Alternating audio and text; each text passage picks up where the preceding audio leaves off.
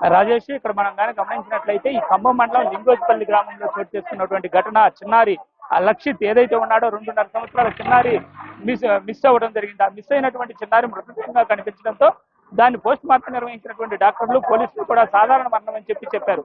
దీనిపైన గ్రామస్తులు మొత్తం కూడా ఆగ్రహం వ్యక్తం చేస్తూ ఇది సాధారణ మరణం కాదు, ఆ చిన్నారి అక్కడికి వెళ్లేటువంటి అవకాశమే లేదని కూడా గ్రామస్తులందరూ చెప్తున్నారు. అయితే దీనిపైన పూర్తి పూర్వాపరాలు పోలీసులు తెలపాలంటూ తమకు న్యాయం జరిగే వరకు మేము పోలీస్ స్టేషన్ ఎదురు ధర్నా చేస్తామంటూ కూడా గ్రామస్తులు మొత్తం కదిలిన పరిస్థితి ఉంది. అయితే గ్రామస్తులు పోలీస్ స్టేషన్ వద్దకు వెళ్ళడానికి గమనించినటువంటి పోలీసులు వెంటనే దారి మధ్యలో వాటిని ఆపి కూడా అడ్డుకోవడం జరిగింది. అయితే పోలీసులు అడ్డుకున్న క్రమంలో గ్రామస్తులకి పోలీసులకి మధ్య కూడా కొద్దిపాటి వాగ్వివాదం చోటు చేసుకుంటుంది. మనం కానీ విజువల్లో చూసినట్లయితే విజువల్లో గమనించవచ్చు. ఈ గ్రామస్తులు మొత్తం కూడా మా చిన్నారి ఎవరైతే ఉన్నారో అక్కడికి వెళ్ళే అవకాశం లేదు, మాకు న్యాయం చేయాలంటూ కూడా అక్కడ వేడుకుంటున్న పరిస్థితి. పోలీసులను కూడా మాకు న్యాయం అయితే జరగాలి, ఎవరైతే స్టేట్మెంట్ ఇచ్చారో వాళ్ళు సంఘటనా స్థలానికి వచ్చి ఆ సంఘటనా స్థలంలో ఉన్నటువంటి విజువల్ ని పరిశీలించిన తర్వాత మాత్రమే ఇది కాదని నిర్ధారించాలని కూడా ఉంది. సాధారణ మృతి అని చెప్పడం సరైన కాదని కూడా గ్రామస్తులు మొత్తం కూడా చెప్తున్న పరిస్థితి. అయితే లక్షిత్ అనేటువంటి చిన్నారి అక్కడికి వెళ్లే క్రమంలో సుమారు 3 అడుగుల పైగా లోతున్నటువంటి వాగు ఉంది. ఆ వాగు వద్ద చెప్పులు కూడా ఉన్నాయి. అవి చూసి కూడా ఎలా చెప్తారు అంటూ కూడా గ్రామస్తులందరూ కూడా ప్రశ్నిస్తున్నారు. ఇక్కడ కానీ మనం గమనించినట్లయితే గ్రామానికి చెందినటువంటి మహిళలు కానీ మొత్తం కూడా పోలీసులు మీరు ఏ విధంగా చెప్తూ ఉన్నారు, ఇది సాధారణ మృతి అని, చిన్నారి అక్కడికి ఎలా వెళ్ళగలడు, సుమారు 3 కిలోమీటర్లు అవకాశం ఉందా అంటూ కూడా మహిళలు పోలీసులను నిలదీస్తున్న పరిస్థితి ఉంది. ఏదైతే మా గ్రామాన్ని మాకు న్యాయం చేయండి అంటూ కూడా పోలీసుల్ని గ్రామస్తులు మొత్తం కూడా అడ్డుకుంటూ ఉన్నారు. ఇప్పటికీ 2 ట్రాక్టర్లు బయలుదేరి వచ్చినటువంటి గ్రామస్తులు ట్రాక్టర్ ఆల్రెడీ వెళ్ళడం జరిగింది.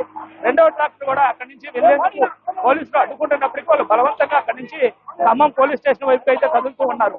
ఎవరైతే సాధారణ మృతి అన్నారో అది ఎక్కడైతే జరిగిందో జరిగిన ప్రాంతానికి ఆడున్న ప్రాంతానికి కూడా వచ్చి చూసి దాన్ని చెప్పాలి కానీ ఎలా చెప్తారు అని చెప్పి కూడా వాళ్ళు కోరుకుంటున్నారు. మాకు వీలైతే న్యాయం చేయాలని కూడా పోలీసులు మహిళలు వేడుకుంటున్నటువంటి సన్నివేశాన్ని మనం ఇక్కడ చూడవచ్చు. గ్రామంలో వచ్చి చూసి సంఘటనా స్థలం వద్ద ఏముంది, అక్కడికి ఎలా వెళ్తారు అంటూ కూడా వారు ప్రశ్నిస్తూ ఉన్నారు. మనతో పాటు పోలీస్ అధికారులు కూడా ఉన్నారు, వారిని అడిగి వివరం తెలుసుకునే ప్రయత్నం చేద్దాం.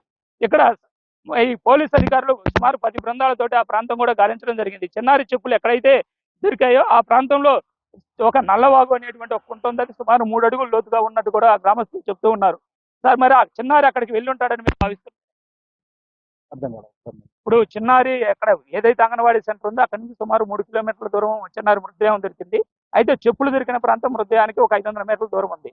అయితే చెప్పులు దొరికినటువంటి ప్రాంతంలో చూసుకున్నట్లయితే అక్కడ పక్కనే నల్లవాగు ఉంది, సుమారు అది 3 అడుగులు పైగా కూడా లోతు ఉందని చెప్పి గ్రామస్తులు అంటున్నారు. ఆ చిన్నారి ఆ వాగు దాటిపోయే అవకాశం ఉందా?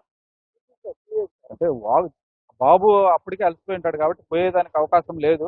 దాని పరంగా అది కూడా అన్ని రంగాల్లో ఇన్వెస్టిగేషన్ చేస్తున్నాం, అన్ని కోణాల్లో. ఇన్వెస్టిగేషన్ కంప్లీట్ అయిన తర్వాత కంప్లీట్. అయితే గ్రామస్తులు ఏం చెప్తున్నారంటే పెద్దవాళ్ళు దిగి ఎక్కాలంటేనే కష్టంగా అటువంటిది ఆ చిన్నారి ఆడు చెప్పులు ఇడిచి అందులో నుంచే వెళ్ళాలి, అవతలకి వెళ్ళాలంటే అది ఎలా పాసిబుల్ అని కూడా గ్రామస్తులు అంటున్న పరిస్థితి.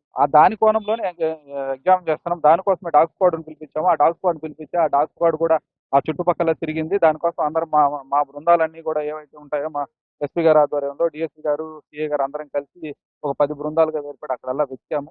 ఆ వెతికిన దాన్ని బట్టి ఇప్పుడు మేము ఆ ఇన్వెస్టిగేషన్ ఫర్దర్ గా ముందుకు తీసుకెళ్తున్నాం. ఇన్వెస్టిగేషన్ కంప్లీట్ అయిపోయిన తర్వాత పూర్తిగా చెప్పగలం. అయితే పాసిబిలిటీస్ ని కొంచెం అంచనా వేయకుండా సహజ మరణం అని చెప్పి నేరుగా ఉన్నతాధికారులు చెప్పడాన్ని గ్రామస్తులు అయితే కొంత ఇబ్బందికరంగా ఫీల్ అవుతున్నట్లు ఉంది. దీన్ని మీరు ఎలా భావిస్తున్నారు? ఇన్వెస్టిగేషన్ జరుగుతూ ఉంది. సహజ మరణం అని అయితే ఎవరు చెప్పలేదు. ఆ ఇన్వెస్టిగేషన్ ప్రాసెస్ కంప్లీట్ అయిపోయిన తర్వాత అందుకే ఫోరెన్సిక్ డిపార్ట్మెంట్ కూడా పిలిపించాము నిన్న.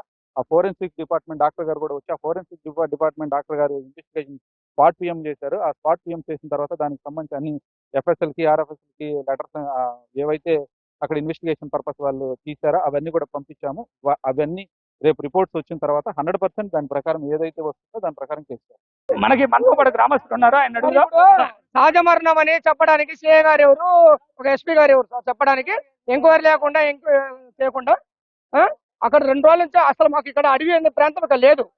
అడవి చెట్ల పొదలలో ఇరుక్కొని సహజ మరణం కింద సీఎం గారు గౌరవనీయులు చంద్రబాబు నాయుడు గారు చెప్పడం ఫ్లాష్ న్యూస్ లో, అలాగనే వచ్చేసి ఎస్పీ గారు చెప్పడము, ఖమ్మం సిఏ గారు వచ్చేసి సహజ మరణం చెప్పడము, అలాగనే డాక్టర్ గారు కూడా వచ్చేసి సహజ మరణం చెప్పిపోవడానికి అది చిన్న పిల్లోడు 2.5 సంవత్సరం పిల్లోడు 3 కిలోమీటర్ల దూరంలో ఎట్లా వెళ్ళిపోతుండు, ఎట్లా ఉన్నాడు?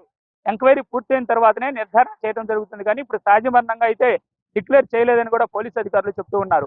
ఇప్పటికైతే ఏవైతే ఉన్నాయో ప్రిజర్వేషన్స్ వాటన్నిటిని కూడా టెస్ట్కు పంపడం జరిగింది. టెస్ట్ ద్వారా వచ్చేటువంటి రిపోర్ట్ ఆధారంగా చేసుకున్న తర్వాతే దీనిపైన పూర్తి ఎంక్వైరీ కూడా చేస్తున్నాము. పూర్తి ఎంక్వైరీ చేసిన తర్వాత ఏదైతే ఉందో దాన్ని తెలియజేస్తాం. సహజ మరణం అని ఇప్పటికైతే ఎవరు కూడా నిర్ధారించలేదని పోలీసు అధికారులు చెప్తూ ఉన్నారు.